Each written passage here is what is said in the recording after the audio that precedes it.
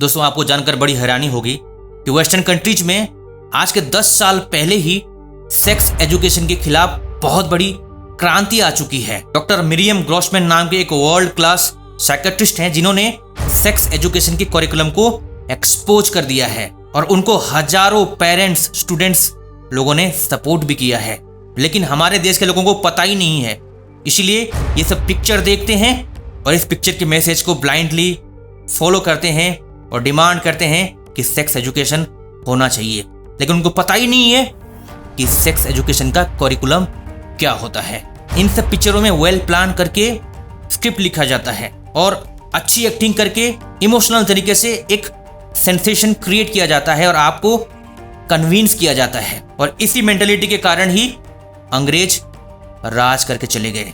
इस प्रेजेंटेशन में मैं आपको बताऊंगा कि एक्चुअल में सेक्स एजुकेशन का करिकुलम क्या होता है और उसका क्या दुष्परिणाम हो रहा है। अगर ये वीडियो हर भारतीय तक पहुंच जाए तो बहुत बड़ी गलतफहमी दूर हो सकती है और हमारा देश बच सकता है। इसलिए मैं आशा करता हूं कि आप लोग बड़े ध्यान से इस प्रेजेंटेशन को देखेंगे। Lies of sex education and consequences, तो डॉक्टर मिरियम ग्रॉसमैन द्वारा फैलाया गया ये अवेयरनेस है। उन्होंने 2 किताबें लिखी है। एक है you are teaching my child what. इस किताब में उन्होंने सेक्स एजुकेशन के करिकुलम को एक्सपोज किया है, क्योंकि जो सेक्स एजुकेशन करिकुलम होता है वो सेक्स एजुकेशन करिकुलम इंडस्ट्री द्वारा निर्धारित किया जाता है और उसके नाम से, सेक्स एजुकेशन के नाम से किस तरीके से बच्चों की मानसिकता का निर्माण होता है, उसको करप्ट किया जाता है, सब कुछ उन्होंने एक्सपोज किया है। ये किताब मैं आपको PDF में दे सकता हूँ, अगर आप चाहें तो खरीद भी सकते हैं। अनप्रोटेक्टेड में उन्होंने बताया है कि किस तरीके से टीन एज प्रेगनेंसी बढ़ती जा रही है सबसे ज़्यादा डेवलप कंट्रीज में, और क्या क्या हो रहा है सेक्स एजुकेशन के कारण, ये समस्या कितनी गंभीर हो चुकी है, यही सब उन्होंने इस किताब में एक्सपोज किया है।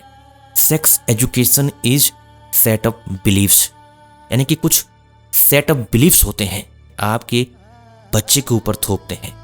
डॉक्टर का कहना है जो सेट ऑफ बिलीव्स आपके ऊपर थोपे जाते हैं सेक्स एजुकेशन के नाम से, वो रियल विज्ञान के ऊपर आधारित नहीं होता है, रियल स्वास्थ्य फिजिकल एजुकेशन के ऊपर आधारित नहीं होता है, रियल जो बच्चों का और किशोर अवस्था का डेवलपमेंट होता है उसके ऊपर आधारित नहीं होता है।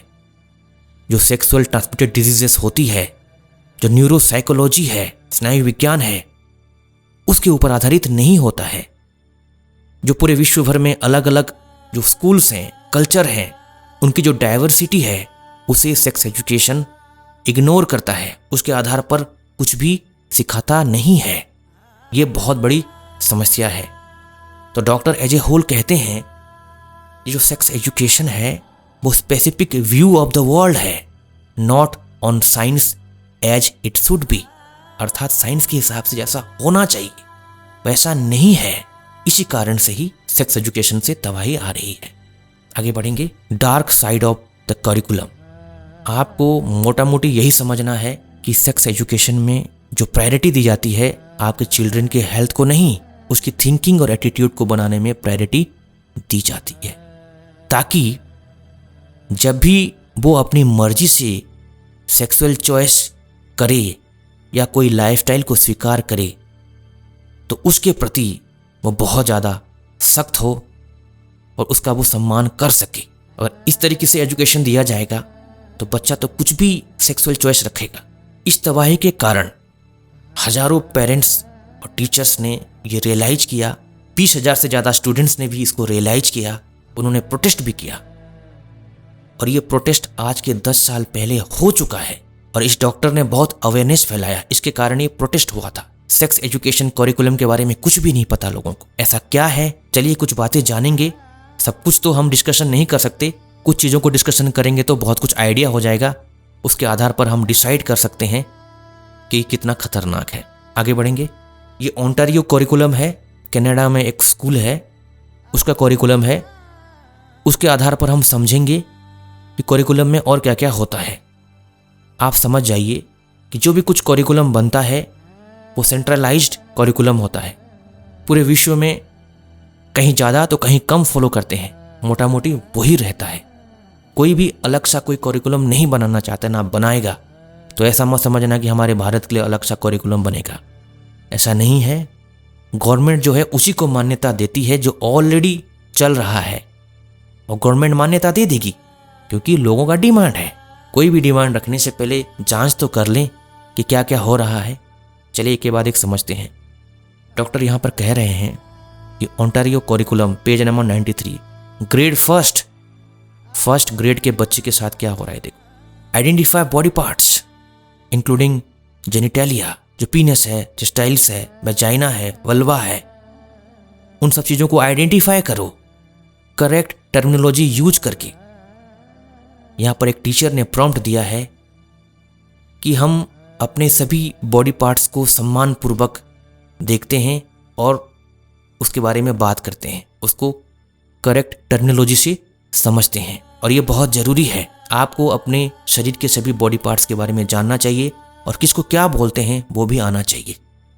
तो स्टूडेंट ने ये जवाब दिया है कि जितने भी बॉडी पार्ट्स हैं वो मेरे हैं और मुझे उनका टेक केयर करना चाहिए और मुझे उसके बारे में बात करना चाहिए, मुझे उसे समझना चाहिए, उसका करेक्ट नेम समझना चाहिए। अगर मुझे कोई समस्या होती है, कभी चोट लगती है या कोई मुझे हेल्प की ज़रूरत पड़ती है, जब मुझे सही शब्द पता होगा तब जाकर के मैं बता पाऊंगा या बता पाऊंगी, लोग भी समझेंगे और मुझे हेल्प करेंगे। ये कॉमन सेंस की बात है।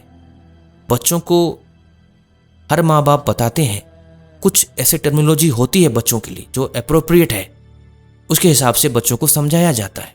यहाँ पर तो करिकुलम में जो एक्चुअल टर्मिनोलॉजी है, जिस तरीके से बोलते हैं वही बता रहे हैं और बच्चों को समझना चाहिए, बच्चों को बोलना चाहिए, ये बताया जा रहा है। लेकिन इतने छोटे बच्चों को जब ये टर्मिनोलॉजी पता चलती है और इसके बारे में डिस्कशन होता है तो बच्चे के अंदर क्यूरियोसिटी डेवलप होती है। हमारे पास ऐसे सैकड़ों या हजारों एग्जाम्पल्स हैं जो बहुत ही कम उम्र के बच्चे भी इसका शिकार हुए हैं। किसी ने उनका यौन शोषण किया तो वो खुद ही इसके आदी हो गए बहुत ही कम उम्र से। ऐसे बहुत एग्जाम्पल्स आए हैं, हमारे पास कई लोगों ने लिखा भी है। इसमें कोई आश्चर्य नहीं है कि बच्चे एडिक्ट नहीं होंगे। अब ग्रेड 6 का ये करिकुलम है, पेज नंबर 175। टीचर ने बोला है कि what should you consider when making any decision regarding A relationship, अर्थात कोई भी रिलेशनशिप को बनाने से पहले, उसका डिसीजन लेने से पहले आप क्या क्या कंसीडर करेंगे। तो स्टूडेंट ने जवाब दिया है, जबकि ऐसा स्टूडेंट कभी जवाब दे ही नहीं सकता, उसके दिमाग में ऐसा कभी आ ही नहीं सकता, लेकिन लिखा गया है। मैं बोल तो रहा था कि एक विश्वास को थोपा जाता है, बस और कुछ नहीं। तो स्टूडेंट ने क्या जवाब दिया है, ऐसा लिखा गया है कि my comfort level, my personal and family values, my personal limits and the limits and comfort of others are some of the things I should consider. मेरा पर्सनल कंफर्ट लेवल, पर्सनल और फैमिली वैल्यूज, पर्सनल लिमिट्स और दूसरों की limits और उनका comfort मुझे जरूर पता होना चाहिए, मुझे उस पर विचार जरूर करना चाहिए। इन सब चीज़ों के लिए छोटे बच्चे कभी स्ट्रगल करते ही नहीं है। डॉक्टर का कहना है कि जो एडल्ट होते हैं ना, वही लोग इन सब चीज़ों के लिए स्ट्रगल करते हैं। बच्चों के दिमाग में ऐसा आ ही नहीं सकता। अब सोचो बच्चों को कितना जल्दी कहाँ ले जाने का प्रयास हो रहा है। क्या आप सोच सकते हो आपके छोटे बच्चे गलत काम नहीं करेंगे, प्री मैरिटल सेक्स में नहीं पड़ेंगे?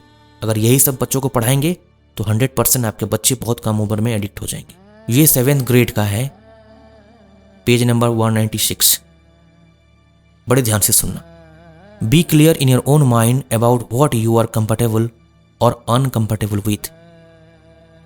Being able to talk about this with a partner is an important part of sexual health.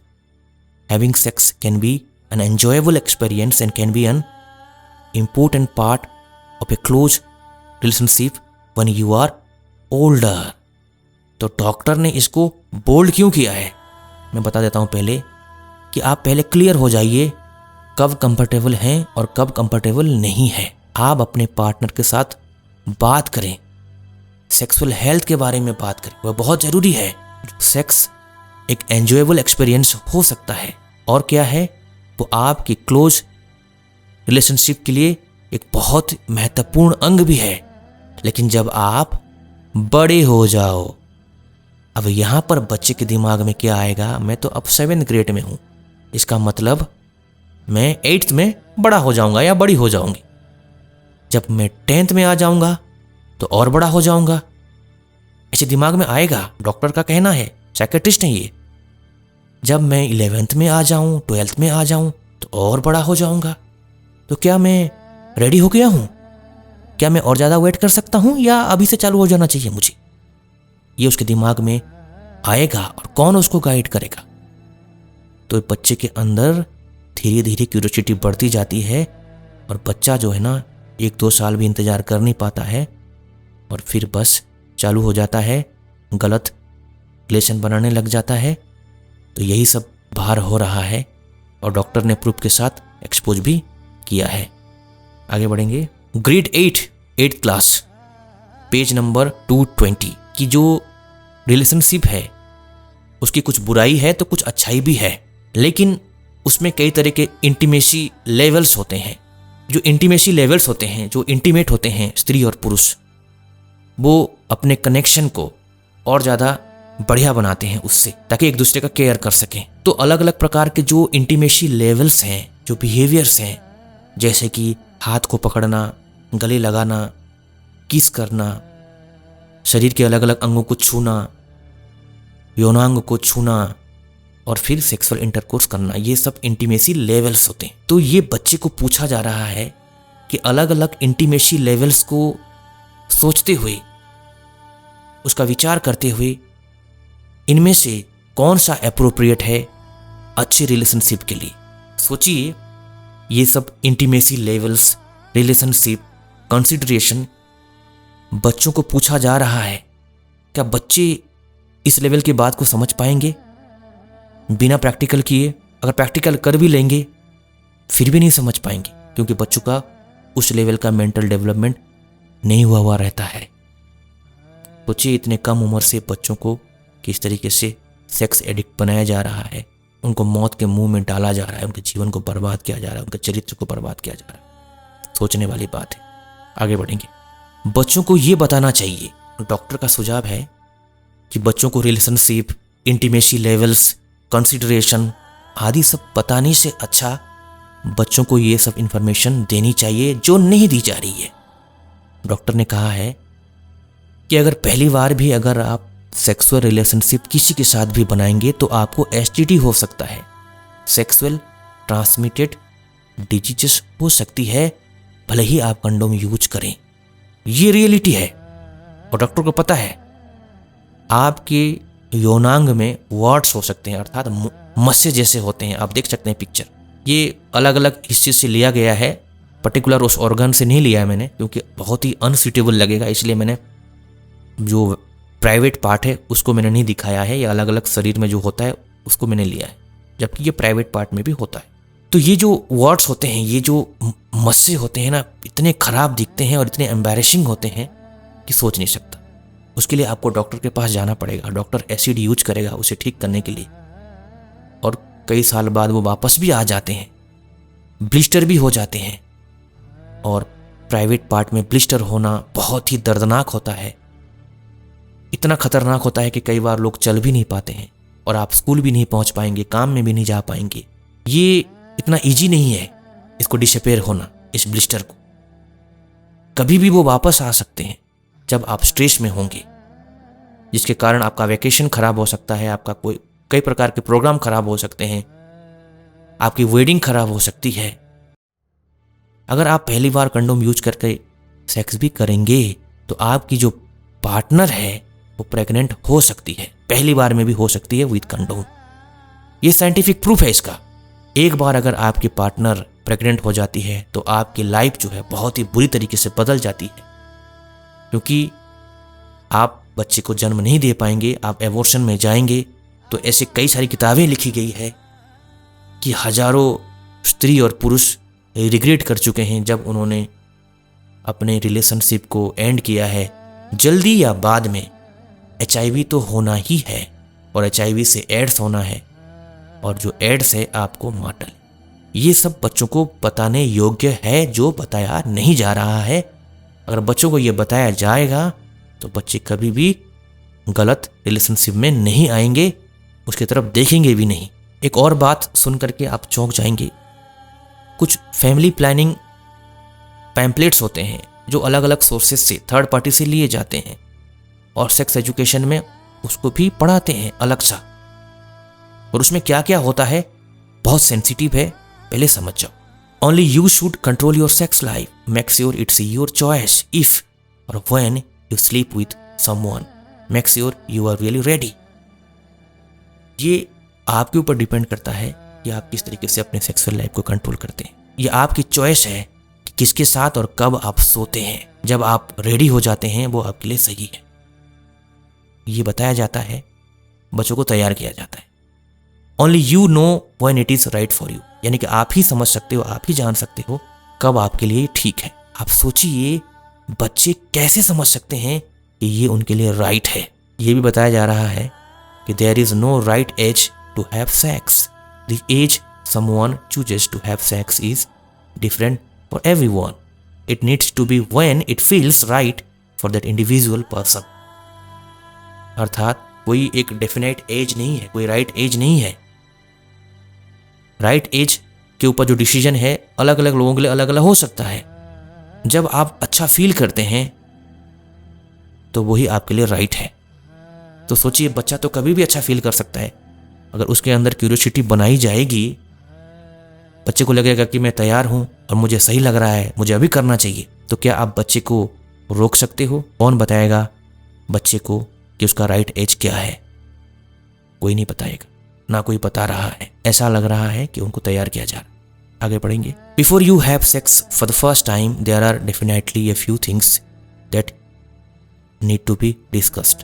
अब पहली बार भी जब आप सेक्सुअल रिलेशनशिप बनाते हैं तो आपको कुछ चीज़ें डिस्कस करने की ज़रूरत है। अब बच्चे को क्यों बनाना है यार? बच्चा कभी बनाने जाएगा क्या? टीनेज के बच्चे कभी बनाते हैं क्या? उनको ये सब बताने से बच्चा तो तैयार हो जाएगा बनाने के लिए। क्या क्या डिस्कशन करना है? Are we ready? How comfortable do we both feel about becoming intimate with each other?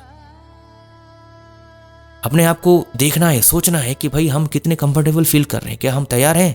इनमें से कौन सा कॉन्ट्रासेप्शन आपके लिए अच्छा है, आपको चूज करना है। कॉन्ट्रासेप्शन माने जन्म निरोध।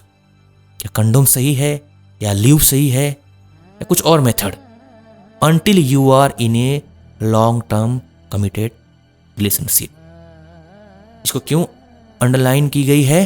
Until you are in a long term committed relationship, अर्थात ये जो रिलेशन है ये टेम्पररी होने वाला है, इसलिए इसको अंडरलाइन कर दिया गया।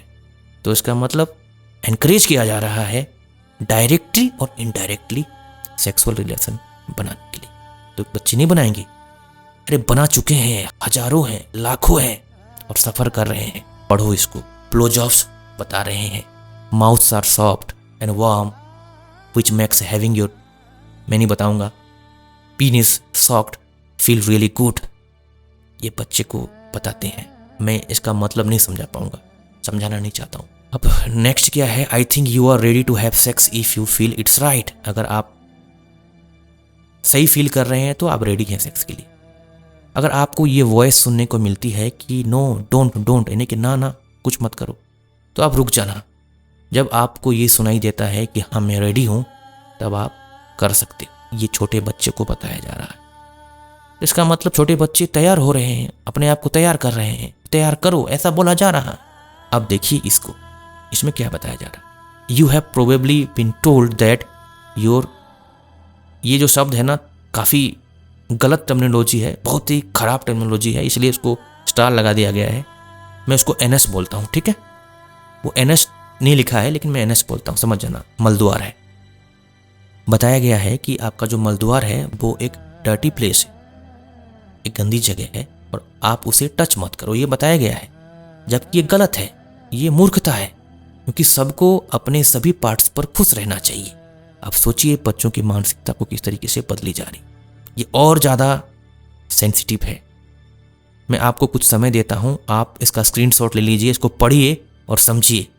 अगर समझ में नहीं आता है समझने की चीज़ है ये, कि ये सब पढ़ाया जाता है, बताया जाता है, ये पोजीशन के ऊपर है और ये इंटीमेट चीज़ है। और जो टर्मिनोलॉजी यूज की गई है ना अपने गुप्तांग के बारे में, अपने मलद्वार के बारे में, वो मैं नहीं बता सकता, ना ही मैं समझा सकता हूँ। आप समझ जाओ, बस आगे बढ़ेंगे।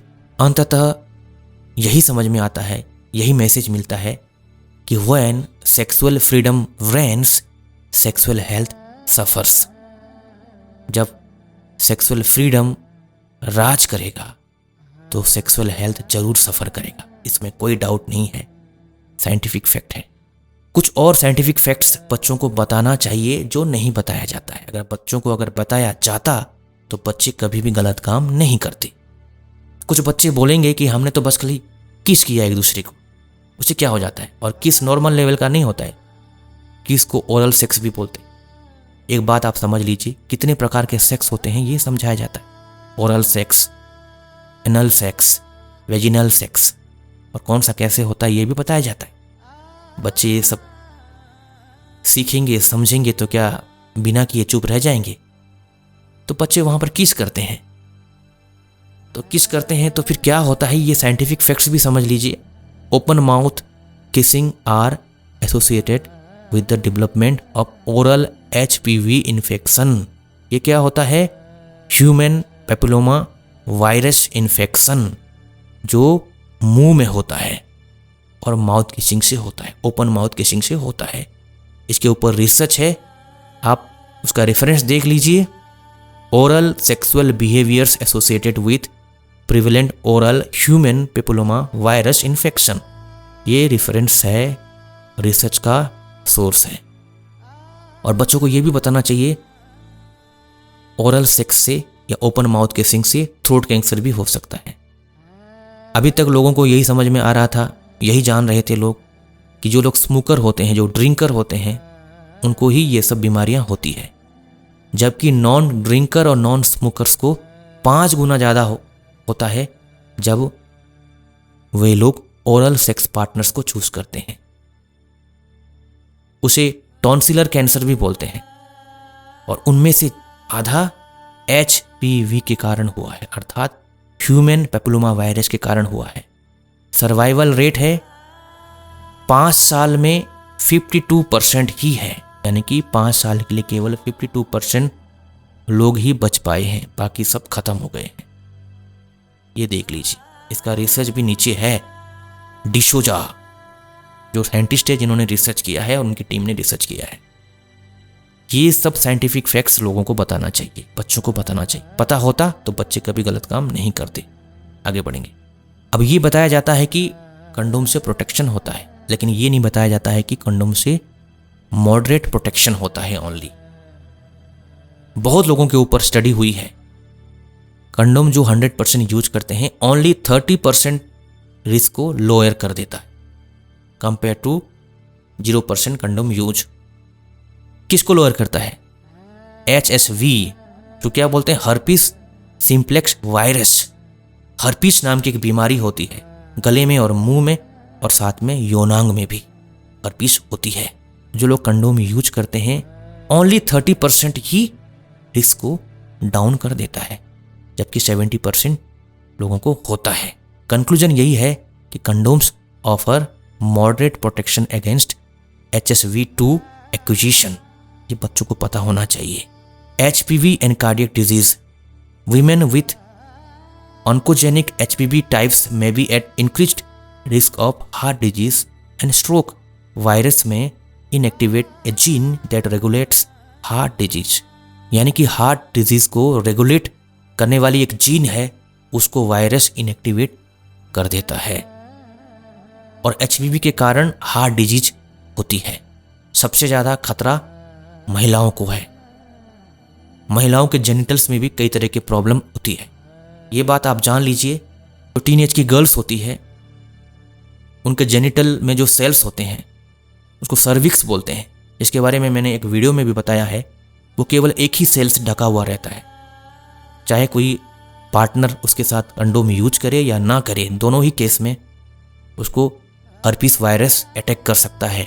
ओरल सेक्स क्या है, एनल सेक्स किया है, वेजिनल सेक्स किया, ये तो बताते होंगे, लेकिन उनके अंदर की जो बायोलॉजिकल प्रॉपर्टी है वो कोई नहीं बताता है। बायोलॉजिकल प्रॉपर्टी, बायोलॉजी की बात नहीं कर रहा हूं, बायोलॉजी में तो समझाते हैं, लेकिन बायोलॉजिकल प्रॉपर्टी क्या है जिसको जानने से बच्चा गलत काम करेगा ही नहीं। जैसे कि रेक्टम है, जहां एनल सेक्स की बात होती है, जो सेल है उसकी जो लाइनिंग है केवल एक सेल थिक है, ओनली एक सेल से ढका रहता है, उसके अंदर इलास्टिक प्रॉपर्टी नहीं होती है, स्ट्रेचेबल नहीं है, और उसके अंदर एम सेल्स ज़्यादा होते हैं।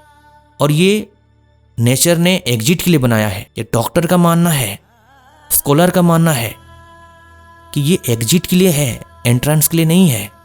वेजाइना के अंदर म्यूकस होता है, लाइनिंग उसकी कुछ ज़्यादा सेल्स ठीक है, इलास्टिक प्रॉपर्टी भी है, और ये सब तो ठीक है, लेकिन उसके साथ साथ ये भी समझना पड़ेगा कि जो वेजाइना है वो एक बर्थ कैनल भी है। बर्थ कैनल, ये इंप्रेशन डालना जरूरी है, बर्थ कैनल है।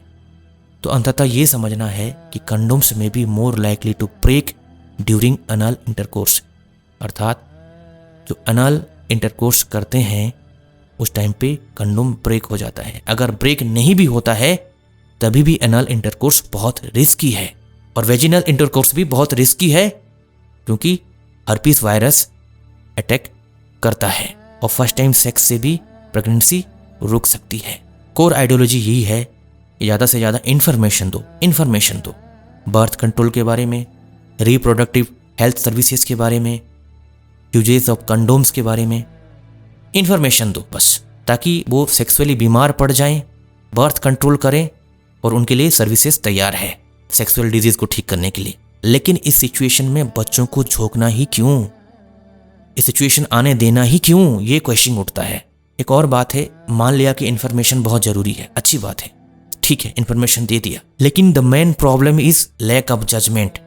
बच्चे ठीक से जजमेंट नहीं कर पाते हैं, और उनका जो मैडनेस है सेक्स की तरफ वो बढ़ता जाता है। क्या ऐसे बच्चे सेक्स को पोस्टपोन कर सकते हैं? नहीं कर सकते। डॉक्टर ने दावे के साथ कहा है। बच्चे ठीक से जजमेंट क्यों नहीं कर पाते हैं, ठीक से एनालाइज क्यों नहीं कर पाते हैं, सही गलत का फैसला क्यों नहीं कर पाते हैं?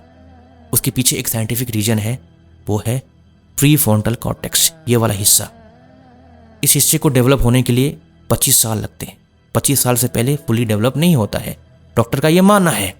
इसीलिए हमारे देश में प्राचीन समय से ही ब्रह्मचर्याश्रम आदि की व्यवस्था थी, ताकि बच्चे ब्रह्मचर्य का पालन करें, ब्रह्मचर्य लाइफस्टाइल को फॉलो करें, और अपने प्रीफ्रंटल कॉर्टेक्स को डेवलप करें, अच्छे से जज कर पाएं, एनालाइज कर पाएं, सही और गलत का डिसीजन ले सकें। बच्चों को एज ए होल यही सिखाया जाता है कि तुम आग के साथ खेल सकते हो, तुम खेलो, क्योंकि जो वेटिंग रूम्स हैं डॉक्टर के और थेरापिस्ट के, उसके अंदर बहुत लोग खड़े हैं जो अंदर और बाहर से जल चुके हैं। इसलिए तुम भी इस वेटिंग रूम में आने वाले हो, इसलिए आग के साथ तुम खेल सकते हो। ये आइडियोलॉजी है।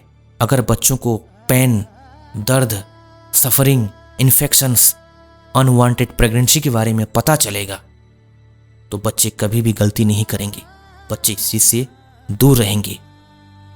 लेकिन दुखद बात है, दुर्भाग्य की बात है कि ये सब नहीं बताया जाता है। बच्चे क्यूरियस हो जाते हैं, इनोसेंट हैं बच्चे, और तबाही की मंजिल में पहुंच जाते हैं। तो अल्टीमेटली डॉक्टर ने यही कहा है, restrict sexual expression to marriage, अर्थात विवाह तक ही सेक्सुअल एक्सप्रेशन को रेस्ट्रिक्ट करना चाहिए। तो बच्चों के लिए क्या? Simply don't allow such materials. बस एक ही शब्द हो सकता है, बिल्कुल अलाउ मत करो वो सब मटेरियल। आप लोग समझदार हैं, अब करना क्या है आप लोग देख लीजिए। अगला वीडियो इससे भी ज्यादा इंफॉर्मेटिव होने वाला है। मैं आपको उस वीडियो में वो डेटा देने वाला हूं जिससे आपको पता चलेगा कि सेक्स एजुकेशन से कितनी तबाही आ चुकी है और किस प्रकार विदेशों में मानसिक रूप से बीमार लोग घूम रहे हैं, खास करके टीन एज के बच्चे। ये सब पिक्चरें तो खत्म हो जाएगी, आपके लाइफ के पिक्चर को समय से पहले खत्म कर देगी। इसलिए इन पिक्चरों से सावधान रहें और अपने बच्चों को ब्रह्मचर्य एजुकेशन दें। आपको समझना पड़ेगा कि ब्रह्मचर्य एजुकेशन से ही बच्चों का शारीरिक, मानसिक, बौद्धिक और आध्यात्मिक विकास होने वाला है, उनका एक चरित्र बनने वाला है, उसी से ही ये समाज रहने लायक होगा। तो इस वीडियो को जरूर शेयर करें। मिलते हैं अगले इंफॉर्मेटिव वीडियो में। जय हिंद, जय भारत।